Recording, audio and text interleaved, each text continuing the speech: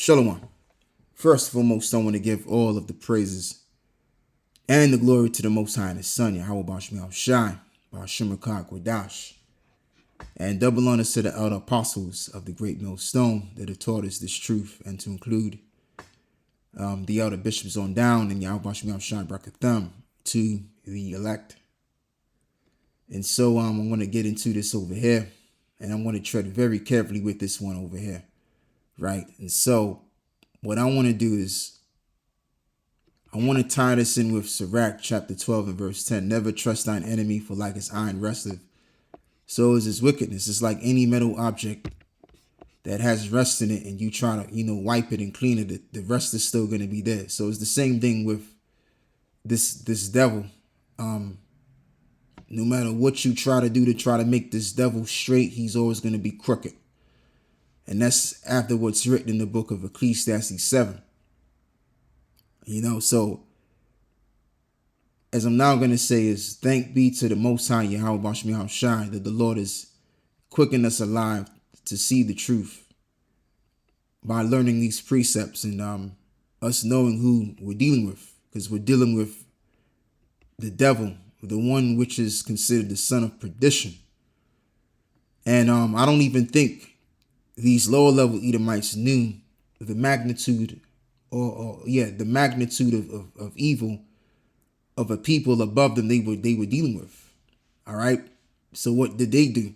They went and did what everybody else did, every nation did, and they rolled up them damn sleeves.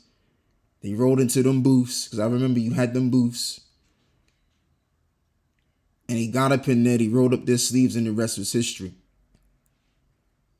Now this is what we're looking at right here. Okay, so once again, we gotta thank the Lord, man, for bringing us to the truth, bringing us to the light. Because if it wasn't for the truth, we would have probably did the same thing. Think a lot of us would have took the thing. All right, it's highly likely. So it came out that this man, David Morenz, he admitted that what they did was absolutely wrong. And that's why Fauci, he pleaded the fifth, because it was getting, the evidence was becoming very well clear that he was in on this what they call conspiracy theory, right? Which the term conspiracy just means what? Con means with, inspiring, which means what? To bring life or to breathe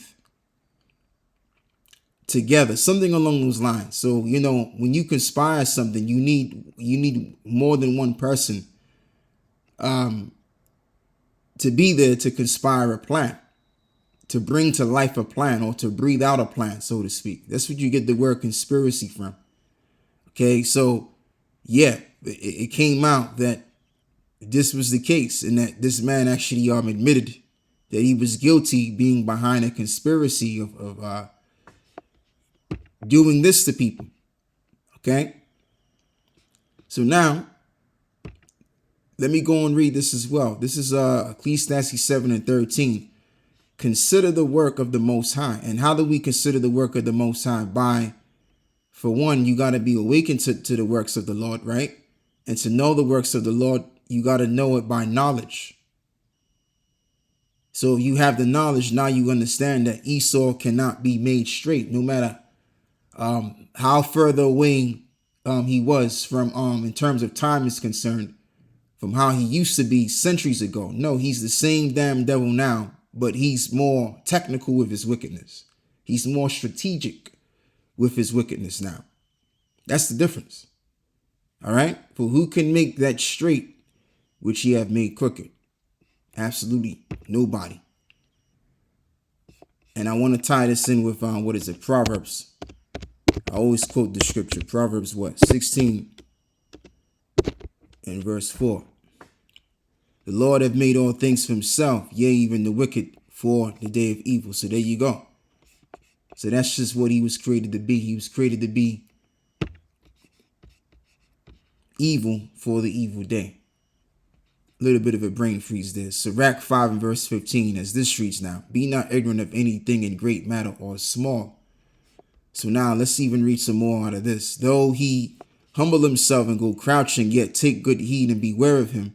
And thou shalt be unto him as if thou hadst wiped a looking glass. There you go. And thou shalt know that his rest have not been altogether wiped away. What is his rest? His wickedness. So now let me read this again. Be not ignorant of anything in a great matter or small.